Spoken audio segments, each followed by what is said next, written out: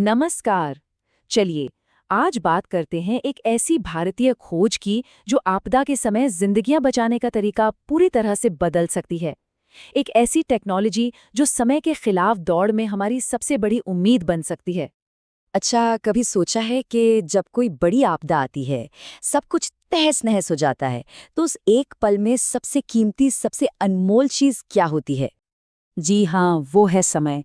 क्योंकि किसी भी मास कैजुअलिटी वाली घटना में एक एक सेकंड मायने रखता है और रेस्क्यू टीम के लिए ये लड़ाई असल में समय से ही होती है। तो समय के खिलाफ इस दौड़ की बात तो हम कर रहे हैं, पर इसमें असल चुनौतियां क्या हैं? चलिए देखते हैं कि बचाव दलों को जमीन पर असल में किन मुश्किलों से गुजरना पड़ता है। एक्सपर्ट्स इसे गोल्डन आवर्स कहते हैं।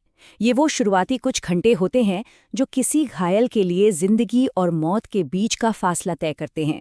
अगर इन घंटों में सही मेडिकल मदद मिल गई तो जान बच सकती है। इसीलिए रेस्क्यू टीमों के लिए ये एक बहुत ही तनाव भरी दौड़ होती है। सोचिए जरा, चुनौतियां कितनी बड़ी हैं। पहले तो मलबे में दबे हर एक इंसान को ढूंढना, फिर तुरंत ये पता लगाना कि किसे कितनी चोट लगी है, और फिर सबसे मुश्किल काम ये तय करना कि किसे पहले बचाया जाए। और ये सब करते हुए खतरनाक माहौल और अपनी जान का जोखिम तो है ही, खासकर रात के अंधेरे में जब ऑपरेशन लगभग रुक ही जाते हैं।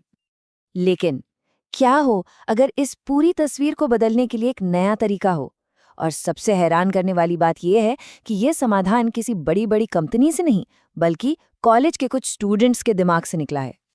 जी, ये एक ऑटोमेटिक ड्रोन और रोबोटिक रोवर का सिस्टम है और इसे बनाया है दिल्ली टेक्नोलॉजिकल यूनिवर्सिटी यानी DTU के अंडरग्रेजुएट स्टूडेंट्स की एक टीम है।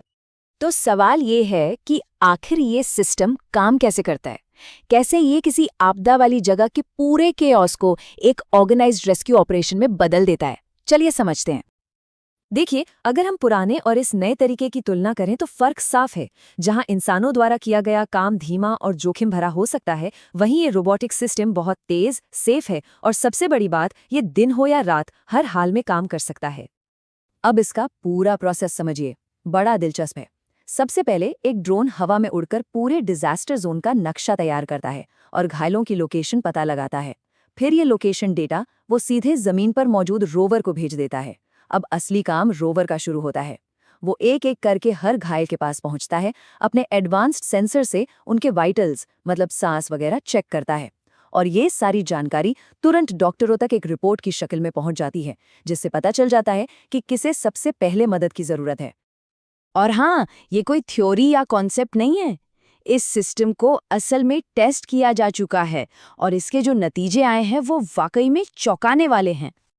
सिर्फ 1 मिनट आप सोच कर देखिए, ये रोवर एक घायल की पूरी जांच करके डॉक्टरों को रिपोर्ट भेजने में सिर्फ 1 मिनट का समय लेता है। ये स्पीड सच में गेम चेंजर है और इस टेक्नोलॉजी की अहमियत को दुनिया ने पहचाना भी है। इस इनोवेशन के लिए टीम को $1.5 लाख यानी करीब करीब 1.32 करोड़ रुपए की प्राइज मनी मिली है। इस टीम की उपलब्धियां यहीं खत्म नहीं होती। इन्होंने अमेरिका की एक बहुत ही मुश्किल डिफेंस रिसर्च एजेंसी डार्पा की चुनौती में दूसरा स्थान हासिल किया। भारतीय सेना ने भी एक डेमो के बाद इनकी खूब तारीफ की। और कमाल की बात यह है कि ये पूरी 25 लोगों की टीम अंडर ग्रेजुएट स्टूडेंट्स की है और अब वो इस टेक्नोलॉजी को पेटेंट भी करा रहे हैं। तो अब आते हैं सबसे जरूरी सवाल पर, इन सब का असल मतलब क्या है? डिजास्टर मैनेजमेंट के भविष्य के लिए ये टेक्नोलॉजी आखिर इतनी जरूरी क्यों है? देखिए, जैसा कि national institute of disaster management के पूर्व डायरेक्टर प्रोफेसर संतोष कुमार ने कहा है, ये रोबोट्स पीड़ितों को खोजने और उन्हें प्राथमिकता देने के तरीके में एक क्रांति ला सकते हैं, खासकर उन जगहों पर जहां इंसानों का पहुंचना खतरनाक या नामुमकिन होता है। तो अगर एक लाइन में कहें तो इस शानदार इनोवेशन का सबसे बड़ा फायदा ये है कि ये जिंदगियां बचाने वाले फैसलों को तेज करता है और साथ ही हमारे बचाव कर्मियों के जोखिम को भी कम करता है। तो इस चर्चा को समाप्त करते हुए एक सवाल पर सोचना बनता है कि अगर ये इंटेलिजेंट टेक्नोलॉजी आपदा में इतनी कारगर साबित हो सकती है, तो ऐसे और कौन-कौन से क्षेत्र हो सकते हैं जहां इसका इस्तेमाल करके अनमोल जानें बचाई जा सकती हैं?